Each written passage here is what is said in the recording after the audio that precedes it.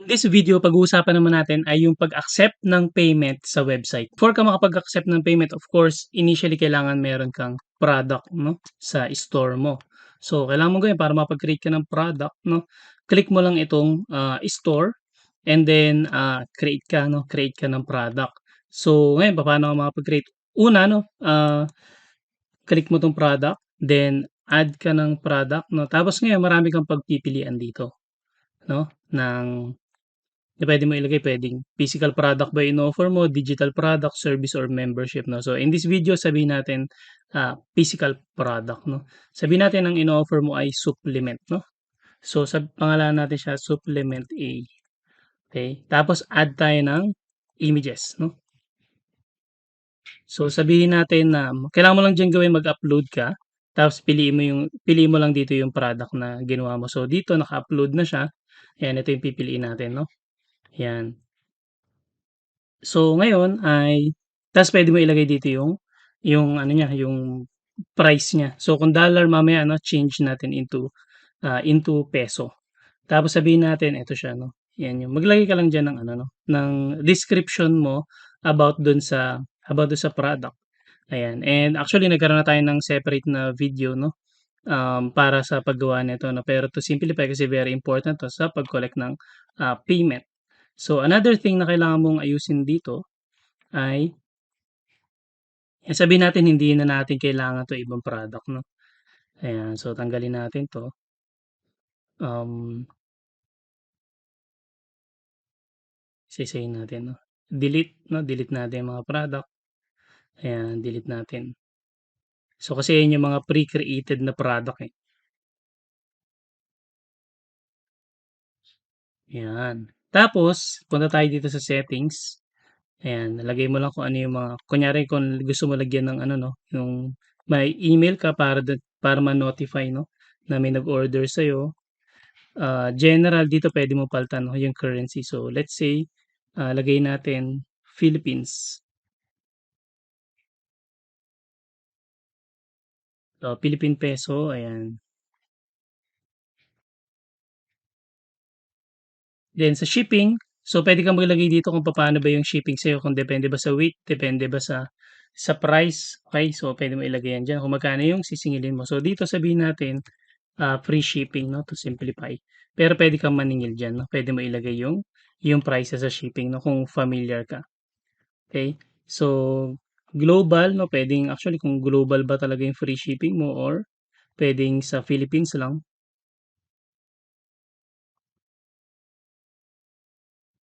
'yan, okay. Tapos dito, payment provider 'no, papaano mo ba gusto makapagbayad sila sa'yo? So, puwedeng actually marami naman nakalagay dito 'no, pero most common, on delivery 'no, pay on delivery or cash on, delivery. Tapos ay puwede kang mag-add din dito 'no, bank transfer. So, bank transfer kunyari bank transfer or GCash ta's puwede mo ilagay dito yung info 'no, anong info about dun sa payment method na gusto mo ilagay nila. Okay. So ngayon, okey na tayo dito, balik tayo sa builder natin, 'yan. So dito puwedeng ang gawin mo, kunyari gusto mo na mag-checkout sila 'no or bumili ng product ganyan. Sabihin natin ano 'to 'no, ito yung website mo. So, puwedeng palitan mo yung mga nakalagay dito 'no. So, depende sa preference mo. So, for example ito gusto mo palitan siya, instead na mapunta sa appointment gusto mo mapunta sila sa store and ano ba yung gusto mo makita na product. So, currently kasi supplement A lang 'no. Pero kapag maraming nakalagay piliin mo lang all products, okey.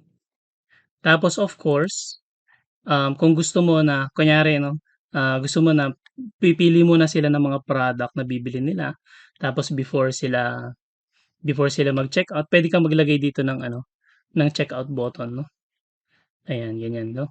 Para 'pag checkout na dito na nila i-click. Okay, so ngayon i-ano natin, i i-test natin 'no, kung gagana ba siya. So 'pag click natin dito, ayan, so puwede na nilang i-checkout 'to 'no. Ta's click natin, ayan, ta's order ba sila 'no, add to cart, ayan, ta's checkout na sila, parang gano'n 'no. Okay, so gumana siya ta's nakita niyo yung number 1 'no. Ngayon siyempre ito puwede mo 'tong baguhin 'no. Ano ba yung gusto mo na color niya ganyan 'no, text style and of course puwede mong palitan 'yan. Kunyari instead na schedule siyempre kailangan yung magko-connect 'no, shop now ang nakalagay, 'yan. Okey and another thing na puwede mong gawin dito ay puwede kang maggawa ng specific na page para doon sa pag-checkout nila.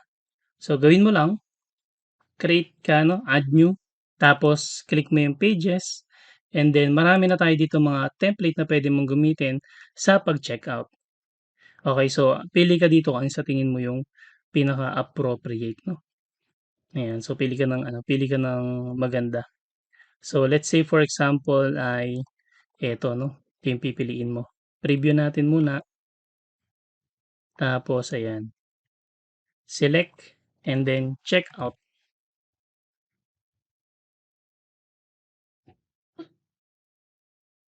So una mong anohin dito, gagawin dito, ano yung product na naka-connect, ayan. So siyempre mako-connect lang natin diyan ay ito 'no, kasi isa lang yung ginawa natin. Ta's dito puwede kang gumawa ng mga bump offer na pinag-usapan natin dun sa previous module 'no, pero to simplify isa lang yung product muna 'no. Then puwede tayo dito sa styling. So papaano yung gusto mo itsura, nandito ba sa gilid, um, or ganito ba yung itsura niya, ganyan 'no. So depende sa'yo or nandito sa kabila yung product 'no, ayan parang ganyan 'no. So of course ito, palitan mo din yung image. So ilagay mo dito kung ano yung sa tingin mo na dapat nandiyan, ayan. So ganyan siya tapos puwede mo i-change din yung price 'no, kung magkano yung price niya talaga, okey. So ngayon i-test natin 'no,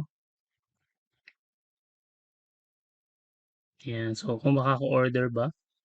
So testing natin johncruz@gmail.com, lagyan natin ang mga address, ayan.